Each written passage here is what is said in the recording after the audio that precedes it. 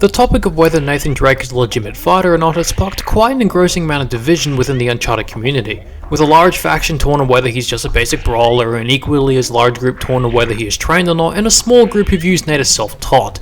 Whether one is definitely correct or not is a rather difficult topic to discuss in detail, but personally I've never seen this as a relevant discussion. No one questions how Iron Man is skilled, or Lara Croft, or Batman, or some shite. We just accept that they're obviously highly skilled fighters since they display great fighting techniques and feats, even if we haven't actually seen any actual training out of them per se. A bit of a fun fact, but coincidentally, the day Godzillarex uploaded this video, my what fighting styles can Nate possibly use juncture was at an all-time high, and I was digging around every corner of the internet to find any feasible answer. Of course, I turned up with mixed results, but seeing in my feed an experienced martial artist decide to tackle the question head on made my head spin off my shoulders of excitement at the time. Ever since I first clicked on his video, however, something felt significantly not right about his analysis. Now before I begin, I, gotta do the usual thing where I provide a bit of reassurance and such, as I don't think this video is bad. I actually think it's quite well made, all things considered, and given how clueless I was with what fighting styles Nate did truly use, it still did open my eyes to at least a little variety of what Nate could and couldn't accomplish hand to hand. Godzillarex's channel as a whole is a ton of fun to watch, and I find myself constantly returning to his analysis a ton of times. His Spider-Man, Lara Croft, and Batman videos are some of my all-time favorites, given how excellently he actually explains himself and how plausible his claims are. But now, as of writing this, 3 years have passed. Damn, I've trained in 3 additional martial arts since then. I've obviously gotten older, and now I carry a new and interesting perspective regarding his video. Ooh, boy do I have some stuff to say about this. If there's one thing that most certainly baffled me the most when first watching this video upon release, was how inconsistent it felt when determining whether Nate is a legit fighter or not. Throughout the first half of his video before he reached Uncharted Golden Abyss, he appeared to have followed a bit of a structure, list Nate's moves and build them up to seem impressive, then immediately followed up with a limitation he's displayed. It creates this weird flow where as if he seems excessively torn on whether he can admit if Nate's good, average, or just plain bad. I feel like if he instead opted to just build Nate up to seem good or bad, would have been better than making him seem good than immediately painting him as a seemingly bad fighter. Especially since most of his criticism doesn't even really seem justified either, like here. He frequently uses the aforementioned back fist, and although it clearly does not look like a trained one, it still gets the job done. I can list dozens of fighters off the top of my head that throw back fists identically to this, hell most of which being fighters you've already analysed, such as Lara Croft. If it wasn't a problem then why lean so much into it now, or this moment? But when you pay close attention to his punches, they aren't that well executed. For example, when he launches an attempted back fist and it whiffs, he immediately proceeds to launch a powerful hook. But the important thing to observe is how his other arm behaves. It wildly swings off to the side instead of either going near his cheek, as boxing would have you do, or being tucked by his waist, as karate would. This is always a clear sign of someone who hasn't had martial arts training, as they will routinely swing their arms wildly when punching with not much style or control. Okay, 4 things. 1, you can see that he actually tucks his arm by his waist here. 2, for some reason you excluded moments not only throughout the franchise, but in the same game where Nate actually does remain faithful with his stance and hangs his remaining arm by his cheek when punching. 3, refer to my back fist explanation. Many other fighters you've discussed also throw exaggerated attacks while simultaneously abandoning any sort of resemblance to a fighting stance, yet they weren't issues then, and yet here they are? Number 4, I think this criticism could have actually worked under more appropriate circumstances. The very last thing I think these fighters should be worrying about right now is remaining 100% faithful to fighting stances. This happens in fights all the time, under specific mental conditioning and fighting circumstances in both professional and amateur matches. Even some of the best fighters in the world may abandon their stance. As it's cause this is a fight to the death, not a professional match. Just watch Karate Kid for this. Daniel in the first film was precise, flexible, and calculated with his grapples, techniques, and sparring abilities. But in Karate Kid 2, when faced against an opponent genuinely trying to kill him, he's flailing all about, throwing sloppy and unrefined strikes just as his opponent is, who is definitely skilled in combat by the way.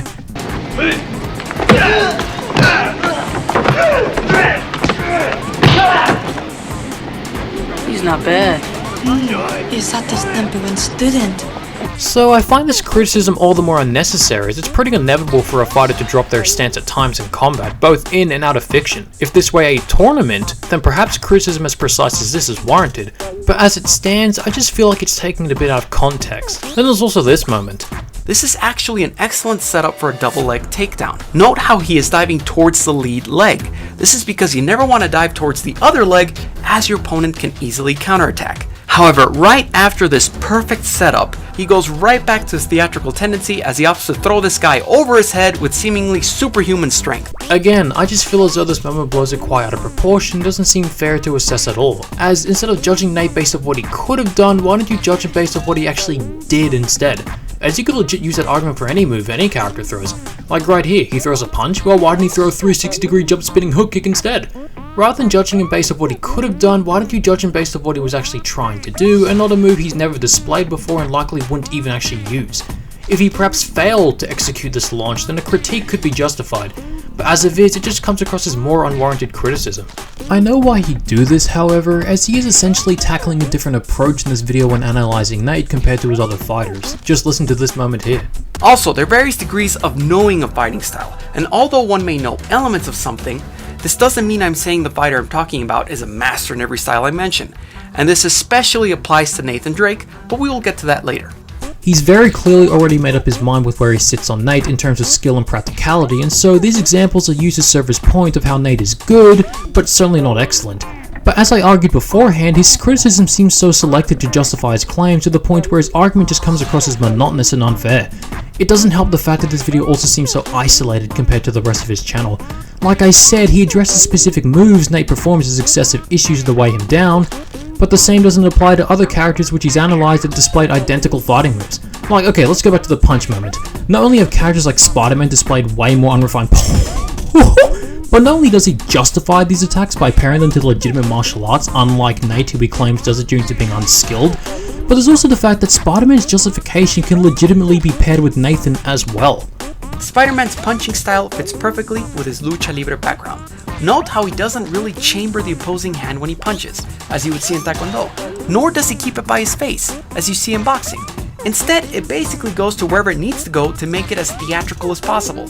Note how at one point, his non-punching arm ends up in a nearly straight line with his punching arm, looking super cool, but not like a boxing or Taekwondo punch at all. In lucha libre, it's all about selling the hit, and if that means you need an extra wind-up or anything else, you go for it. So you couldn't pair a seemingly theatrical punch here to Nate's very clear influence with pro wrestling, but Spider-Man and Batman, you could. As I said, it just doesn't click in at all and only comes across as unfair and as though he's doggishly egging on Nate. It just didn't feel right when watching it. Speaking of not feeling right, this video easily feels like one of the lazier analyses he's done, to be honest. Now, I'm not new to doing extensive analyses, some that feel like they went on maybe a bit too long, but the general gist of doing an analysis is to dive in nose deep and dissect the topic from every conceivable piece possible, using every last detail to justify your point, man, whereas in this video, a lot of the time, it doesn't feel like an analysis so much as it does a rushed summation. Let's look at the Talbot fights. Rather than breaking down the fight and analysing Talbot and Nate's fighting moves, he instead summates it in a way where he doesn't actually give a proper explanation. This knife fight is a good example of the limitations of learning how to fight without any formal training. He knows good timing, and knows how to counterattack, but just doesn't know how to disarm a knife properly. It's far from just Talbot, he also does this with Dante, Rafe, and of course Nadine, where rather than giving an explanation to justify his reasoning, he instead summarizes it with a rushed conclusion. In Talbot and Dante's case, you can actually see that Nate is using legitimate disarming techniques on them, elbowing Talbot's nose and throwing a back fist, catching Dante's wrist and socking him in the face, and there are even constant examples throughout the third and fourth games that show he clearly knows how to disarm his opponents. So with that being said, some of you may be asking why it didn't work here then? Well, in Talbot's case, it's because he's bloodless, whereas Nate isn't, and Talbot has even been stated to be equally as strong and tough as Nate, meaning he essentially serves as a bit of an outlier. In Dante's case, it actually does seem to work at the end of the fight. Now, look, this entire video has been pretty much harsh criticism, but I don't mean to disparage the video's overall effort of actually showing the martial arts which Nate uses. The moments where he does concise and straightforward analysis regarding Nate are actually really good, especially when I first found his channel. Godzillarex as a whole is just does an excellent job at addressing the fighting styles his characters are likely to use based off of specific fighting moves, and Nate is treated with the same care here at times. I never would have guessed he used jiu-jitsu when I first saw this video, and he gives credible reasons for his use of pro wrestling, karate, and boxing. There are still some highlights in this video for sure, but it's just, I don't know, although he could have been much harsher tonight, I still feel like a lot of what we got was just rather unfair and often untrustworthy. Selective and rushed criticisms not only lead to pace-breaking and immersion-shattering analyses, but it also just goes a long way to make you seem unreliable, which happens quite a lot in this video. The best examples I can find in this case are easily the Rafe and Nadine fights. Now, I already have a half an hour video discussing why the Nadine fights objectively suck and are unreliable, so seeing him explain the Nadine and Rafe fights in less than a minute is just really jarring. First of all, his fight with Nadine once again shows what a lack of training can do to you. Despite his best efforts, he is hardly able to inflict any damage. During his second fight with her, he even has his brother aiding him, and he still takes a pretty severe beating. He even remarks, "How does she do that?" And the answer is through years of training. I figured an experienced martial artist like you would be able to tell that most, if not all, of the people Nate has fought have been trained in combat. From Zoran soldiers using arm bars and wrist locks to suspend Nate, to Shoreline's grappling techniques and advanced lock/hold with their weapons. Yeah, I've gone on about that more than enough.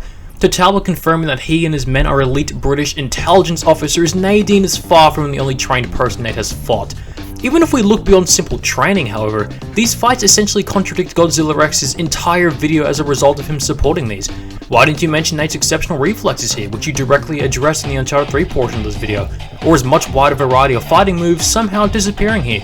Again, I've already covered the Nadine fight, so let's just address the Rafe portion. He's obviously great at dodging, just like he was great at dodging the knife in both Abyss and Deception. However, if you notice, his sword technique is not that refined or even decent at all. He wildly overswings the sword and leaves himself open to being counterattacked. As a matter of fact, he does the most damage when he goes back to his basics. A punch, a kick, a knee strike. Anything that doesn't really involve the sword. Nate ends up on the floor, but he does win the fight. Not by outskilling Rafe, but by outsmarting him. He therefore will not receive fencing as a fighting style, since even Rafe confirms that he really can't fence at all. Although this time he actually gives an explanation to justify his reasoning, there's also the fact I still think he shrinks the full picture a bit too small here. Nate overswinging doesn't mean he doesn't know fencing. Again, this is where the elements of analyzing come into play. Fencing can be summed up by three key fundamentals: en garde, advance and retreat, and lunge. At no point in fencing, besides specific branches, which Nate and Rafe are certainly not using, do you swing your blade around. It's all about lunging it at people, as fencing blades are used for stabbing and not cutting. When Nate actually does use fencing techniques, he actually does execute this rather well, analogous to Rafe. So I don't think fencing is out of the book. As I said, he condensed the picture into a much smaller image of itself, as there are a myriad of sword art styles which span much greater than just fencing. So using fencing as the only basis for Nate is rather disparaging. You directly displayed and explained the moments where Nate was overswinging, why not address his displays of genuine skill? Like his half-swording techniques here, his parrying, his grapple escapes, his hanging stance used very well here. They're subtle but ultimately ever present. As for why Nate was overswinging here, I can think of two reasons. One, he's inexperienced with a blade, and two, he doesn't want to actually kill Rafe. You stated that Nate did the most damage by resorting to punches and kicks rather than directly attacking him with the blade, but like, that's because Nate didn't want to actually kill Rafe? Come on, Nate. Now we're getting somewhere. What the hell's wrong with you?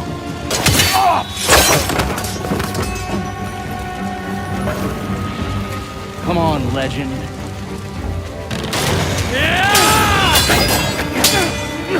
Come on!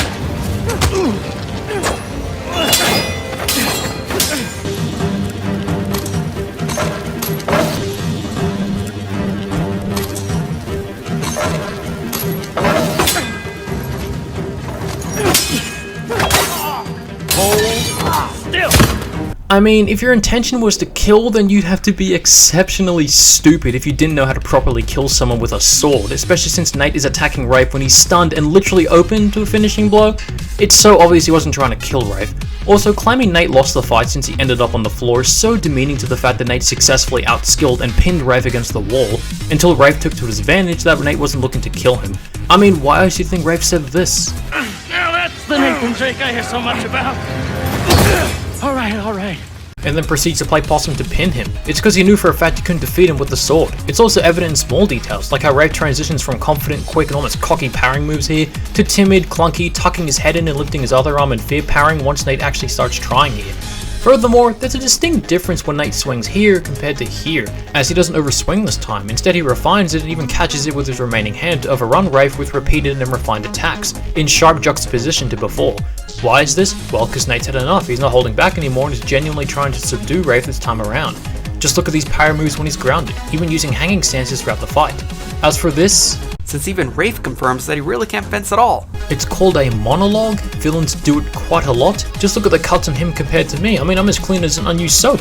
I could essentially go on and on about details that just don't click into place with me, and especially moments that are just plain blown way too much out of proportion. Like how you don't bring up how significantly Nate's technique refined since the earlier titles, or how Sully, an ex-Navy officer, literally mentored Nate, and we see Nate pulling off moves identically to what Sully uses. I think he does a lot of things in this video, screws a lot of them up, especially with his fluctuating consistency of whether Nate is a good fighter or not. I mean, these comments are just unfair. He wings it? Oh, so I guess that explains why he has appropriate moves for practically every single occasion and constantly reuses them rather than doing dumb crap like flailing his arms everywhere. They're rather implausible. This isn't the behavior of someone who wings it.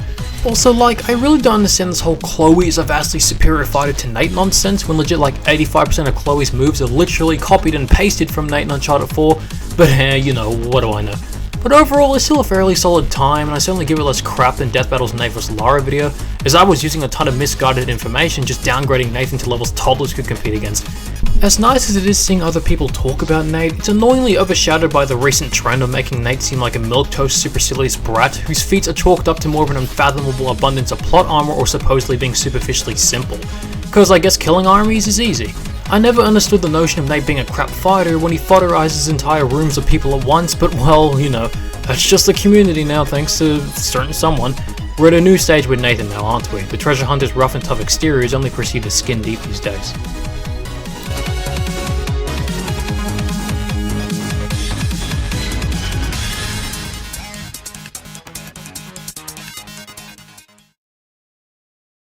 Also, you have failed at analysing Nathan if you think Reboot Lara beats him.